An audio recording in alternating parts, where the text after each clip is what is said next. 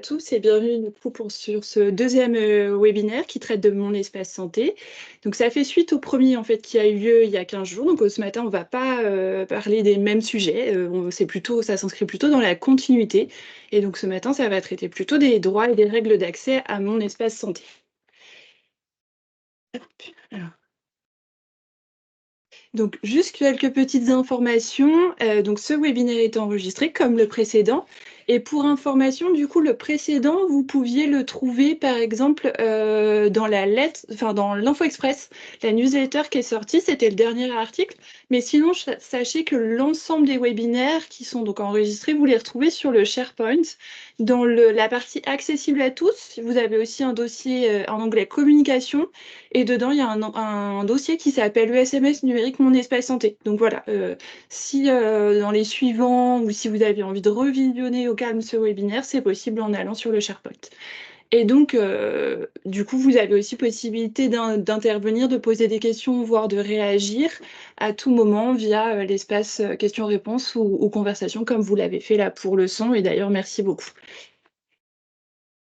Donc au programme ce matin, donc on va déjà vous parler du coup de toutes les qui a accès à mon espace santé, et puis après en faisant un focus spécifique sur les droits en alimentation sur mon espace santé, et puis les droits sur la consultation de mon espace santé. On aimerait ensuite vous faire une petite démonstration de comment ça fonctionne, et puis comme la dernière fois, un temps de questions-réponses à la fin. On a le plaisir d'avoir à nos côtés ce matin comme intervenants, donc je les laisserai après se présenter, mais Camille, Simon et Nicolas Brunet qui n'avaient pas pu participer la dernière fois, mais ce matin, voilà, on a trouvé un autre format pour que ça fonctionne parfaitement. Et du coup, je vous laisse. Bonjour à toutes et tous. Donc Camille Simon, moi je suis coordinatrice des ambassadeurs Mon Espace Santé pour l'Agence régionale de santé. Donc je travaille sur tout l'accompagnement des usagers à Mon Espace Santé. Bonjour, moi je m'appelle Nicolas Brunet. Je tiens à m'excuser pour ma défection d'il y a 15 jours. Il y a eu des problèmes techniques avec Teams et je n'ai jamais réussi à me connecter. Donc je travaille au sein de la CPM de la Loire-Atlantique comme chargé de mission au sein du pôle établissement et référent médico-social. Et j'interviens également avec une casquette de gestion de projet pour vous parler de mon espace, pour vous parler de mon espace santé. Et ben, on va pouvoir rentrer dans le vif du sujet. Donc, on va vous parler des qui accède aux données de santé de Mon Espace Santé. Donc, la dernière fois, on avait parlé que Mon Espace Santé, c'est le nouveau carnet de santé numérique. Donc, c'est vraiment, faut comprendre, c'est la plateforme, un espace sécurisé de santé pour l'usager. Donc déjà, pour les données, donc c'est le principe de Mon Espace Santé, c'est que l'usager devienne acteur aussi de sa santé. Alors comment il devient acteur de sa santé, enfin surtout de ses données de santé? C'est en les recevant et en ayant accès à toutes ces données. Là, derrière, ce qu'on recherche, c'est qu'il y ait aussi une meilleure implication dans les accompagnements des usagers en ayant toutes ces données de santé et aussi une meilleure compréhension de son état de santé, de ses traitements qui lui sont proposés. Effectivement, quand il reçoit tous ces documents de santé, il y a parfois des personnes qui, sur le moment T, ne sont pas forcément en capacité de comprendre ou alors, reçoivent une certaine information. Donc d'avoir ces documents de santé, c'est aussi pouvoir, reprendre derrière, l'information qui a été donnée à la personne, pouvoir la partager aussi avec ses proches. Alors ce qu'il faut savoir, c'est que, personne ne peut rentrer, dans Mon Espace Santé sauf, des professionnels qui sont habilités et on va voir, toutes les règles d'habilitation. Mais la règle principale, c'est que l'accès est réservé à l'usager. Donc c'est notre espace santé, c'est pas un espace santé qu'on peut comme ça ouvrir à n'importe qui. Alors, il va y avoir bientôt des évolutions, on en reparlera après, mais il faut savoir que, on pourra bientôt partager des documents entre une application de santé, qui est référencée sur Mon Espace Santé. Je vous avais présenté un peu le catalogue d'applications qu'il y avait dessus et Mon Espace Santé. Voilà, ça c'est des évolutions qui vont venir au fil de l'eau. On va avoir aussi, un accès aidant qui va bientôt arriver. L'accès aidant, on en reparlera un petit peu, les prochaines fois. Peut-être te laisser, parler des professionnels, enfin sur, peut-être les interdictions? Alors, sur la diapo suivante, ce que vous pouvez voir, c'est ce que verra un usager et ce que verra un professionnel de santé habilité. Alors, sous cette notion d'habilité, c'est le professionnel de santé qui est autorisé par le patient. Alors, le consentement va se donner à l'oral. Donc, le professionnel de santé doit demander son accord à l'usager.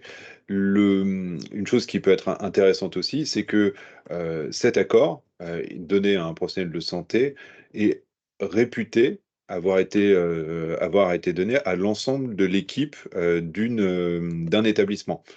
C'est pas quelque chose qu'il faut reproduire. À titre d'exemple, dans certains centres hospitaliers, il est indiqué directement sur les différents livrets d'accueil, il est demandé l'autorisation à ce moment-là. Donc là, on peut voir ce que va voir finalement un professionnel de santé habilité et l'usager. Donc, l'usager qui a activé son profil Mon Espace Santé pourra donc l'alimenter et le consulter. Par contre, c'est vrai que si il s'est opposé, il ne pourra pas aller dessus. Et s'il ne s'est pas opposé mais ne l'a pas activé, il ne pourra pas non plus aller dessus. C'est la différence principale avec le professionnel de santé. Le professionnel de santé, même sur un espace santé qui n'a pas été ouvert, pourra quand même aller l'alimenter et pourra le consulter. C'est des choses qui sont extrêmement intéressantes et qui permettent de renverser finalement le paradigme de l'ancien DMP. L'ancien DMP, pour l'alimenter, il fallait obligatoirement qu'il soit ouvert. Aujourd'hui, tout le monde a un espace santé qui est ouvert, mais la différence concerne donc l'activation, ce que vous avez vu logiquement au premier webinaire. Donc là, pour l'alimentation de mon espace santé, donc vous avez vu, on parlait alimentation et consultation, c'est vraiment deux choses différentes. Donc l'alimentation, c'est de déposer un document dans mon espace santé. Alors, côté usager, en fait, en tant qu'usager dans notre espace santé, nous, on peut déposer tout document de santé, enfin, c'est santé au sens large, hein, même dans l'accompagnement médico-social, et avec différents objectifs. Alors, on peut les mettre dedans parce qu'on a envie de les conserver. Par exemple, une ordonnance qu'on veut avoir sur nous quand on part ou quand on a un déplacement. On peut aussi le mettre dedans pour le partager à ses professionnels de santé de façon sécurisée, ou le mettre parce que on veut qu'il soit disponible en cas d'urgence. On reparlera un petit peu de l'urgence tout de suite après. Mais par exemple, si on arrive aux urgences, qu'un un type de document soit accessible, comme le dossier de liaison d'urgence.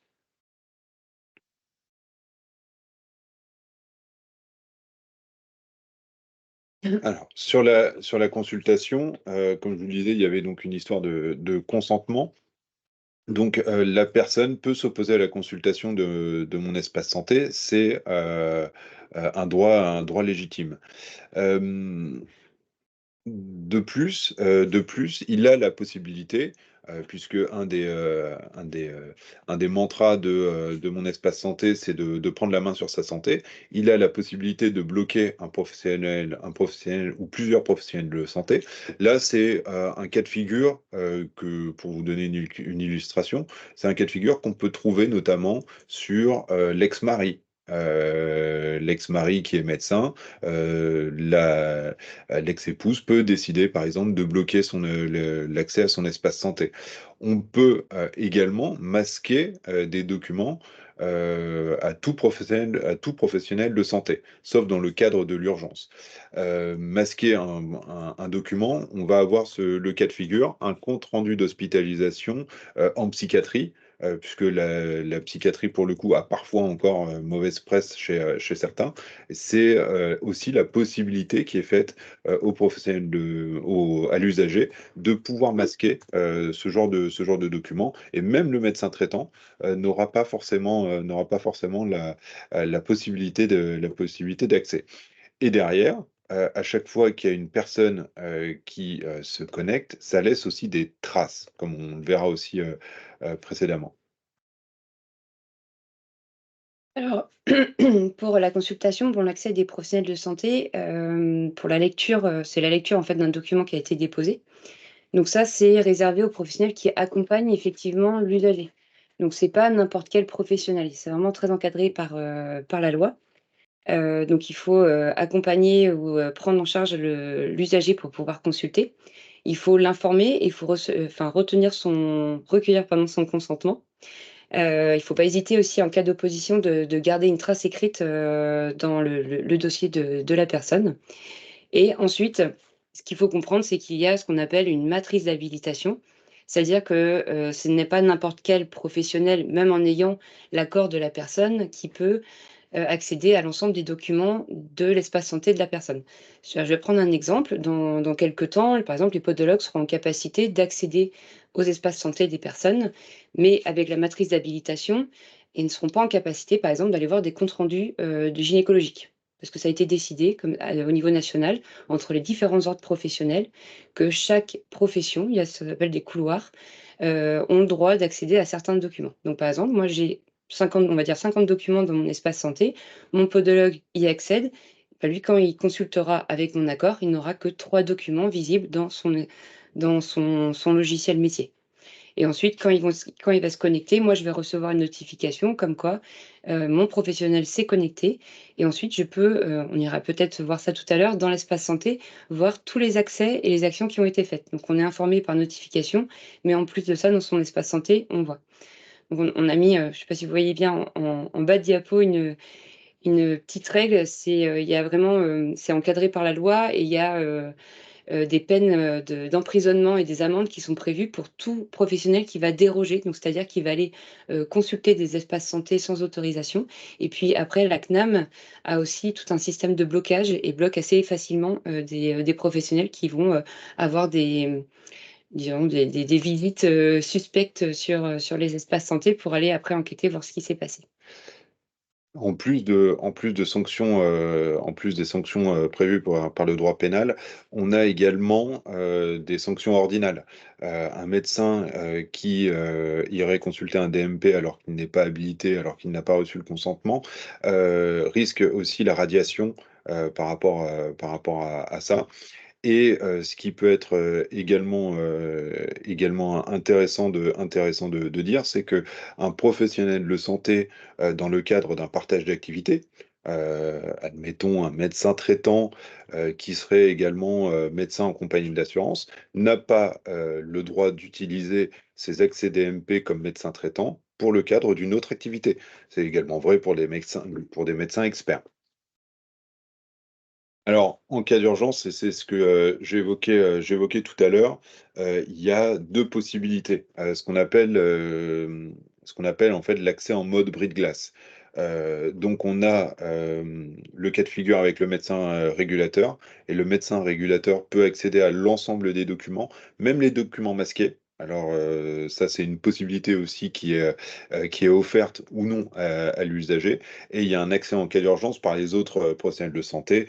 Si vous tombez dans la rue, que vous êtes inconscient, on est dans ce cas d'urgence et un professionnel de santé qui passe par là, par exemple, pourrait tout à fait consulter votre espace santé pour justement essayer de déterminer les raisons pour lesquelles vous êtes tombé.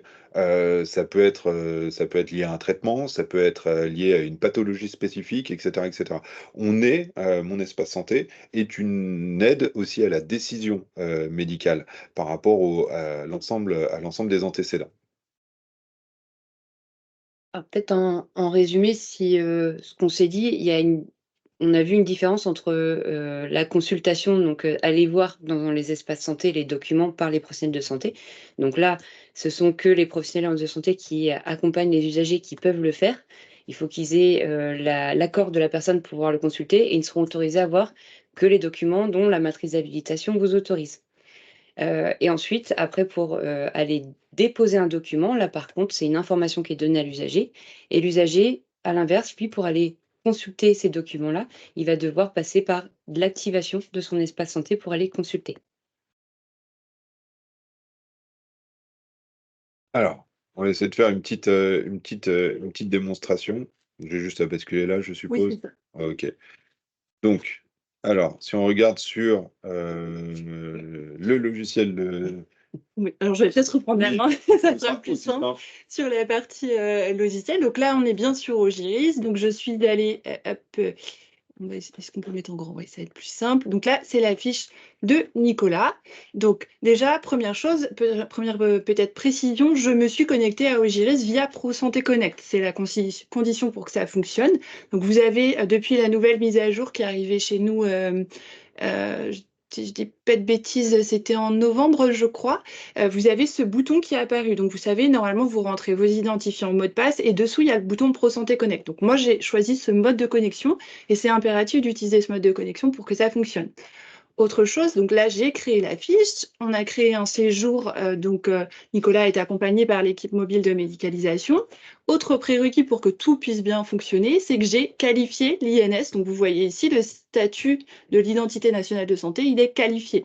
J'ai fait appel au téléservice en ligne pour vérifier du coup l'identité et j'ai vérifié surtout la cohérence avec une pièce d'identité.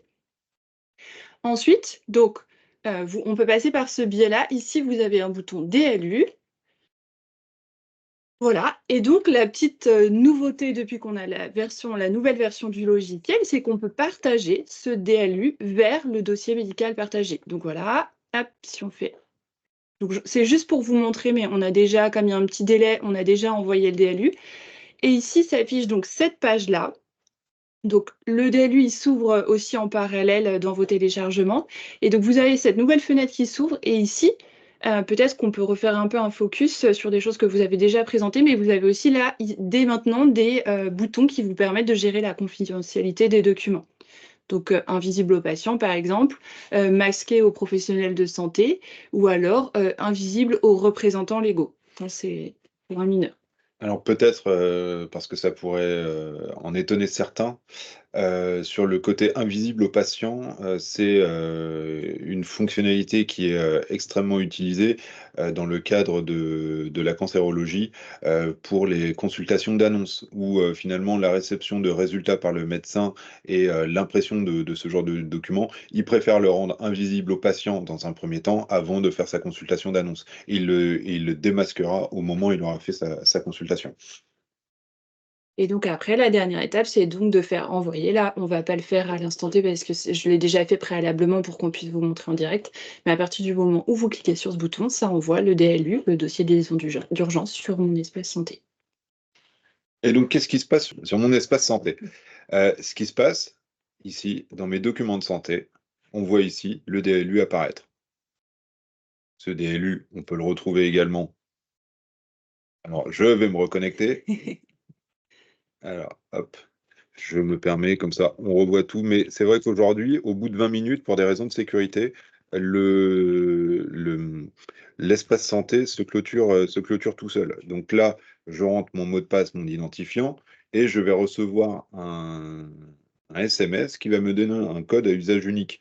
C'est ce qu'on appelle aussi l'authentification en direct pour le coup et qui permet de sécuriser l'accès de chaque usager. Donc si je reprends, donc, dans mes documents, j'ai bien le DLU qui est arrivé ici. Ce DLU, je peux le consulter, etc., etc. Ici, au niveau de la confidentialité du document, je peux modifier la confidentialité. Voilà, en un seul clic. Je peux masquer au professionnel de santé. Il restera visible donc par moi, mais je peux le masquer assez simplement. De la même manière, alors, on n'a pas la possibilité de supprimer le document. La suppression du document ne peut être faite uniquement par la personne qui a déposé ce document. Donc là, pour ce document-là, simplement, Cécile, simplement, pourra supprimer le document. Donc voilà ce qui se passe entre, le logiciel, de l'ADAPEI et l'espace santé. Et Ouais. est-ce que tu peux montrer comment on voit les accès aussi, de qui s'est connecté? Alors, donc là, on voit mes enfants. Dans les paramètres, donc on a les différentes choses, les identifiants. On a la possibilité de notifier et de recevoir, les notifications mobiles en cas de connexion ou en cas de nouveaux messages. Et ici, dans historique et données, j'ai les professionnels de santé qui se sont connectés à mon espace santé. On les voit d'ailleurs très bien. Voilà. Donc là, en janvier 2024, j'ai bien une connexion qui a été faite par l'ADAPEI en octobre 2023, j'ai le docteur Léjard qui a, pareillement, hein, dans le cadre d'un test, mon espace santé qui s'est connecté, etc., etc. Cette connexion, ces traces qui sont laissées, sont des traces qui sont laissées par les cartes CPE ou les cartes CPS des établissements, carte professionnelle de santé ou carte professionnelle d'établissement. Donc voilà. Après, peut-être pour donner un peu de lien avec tout ce qu'on évoquait tout à l'heure, on retrouve ici l'accès en cas d'urgence, où j'autorise le médecin du SAMU à accéder à mes données de santé. J'autorise également les autres professionnels de santé à accéder à mes données de santé en cas d'urgence, mais j'ai la possibilité de masquer les documents, même en cas d'urgence.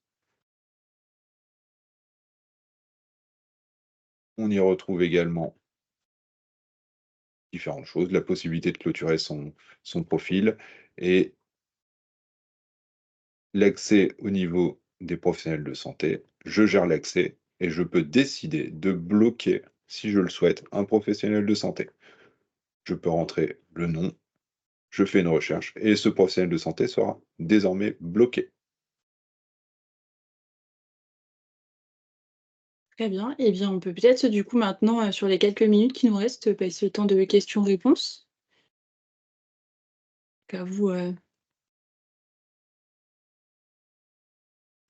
du coup, de mettre un petit message dans l'espace questions-réponses ou conversation si vous voulez des précisions ou peut-être, voilà, ou même faire des remarques si besoin. Alors, je sais qu'il y a un petit décalage en général entre le temps où il pose les questions et nous, on les reçoit.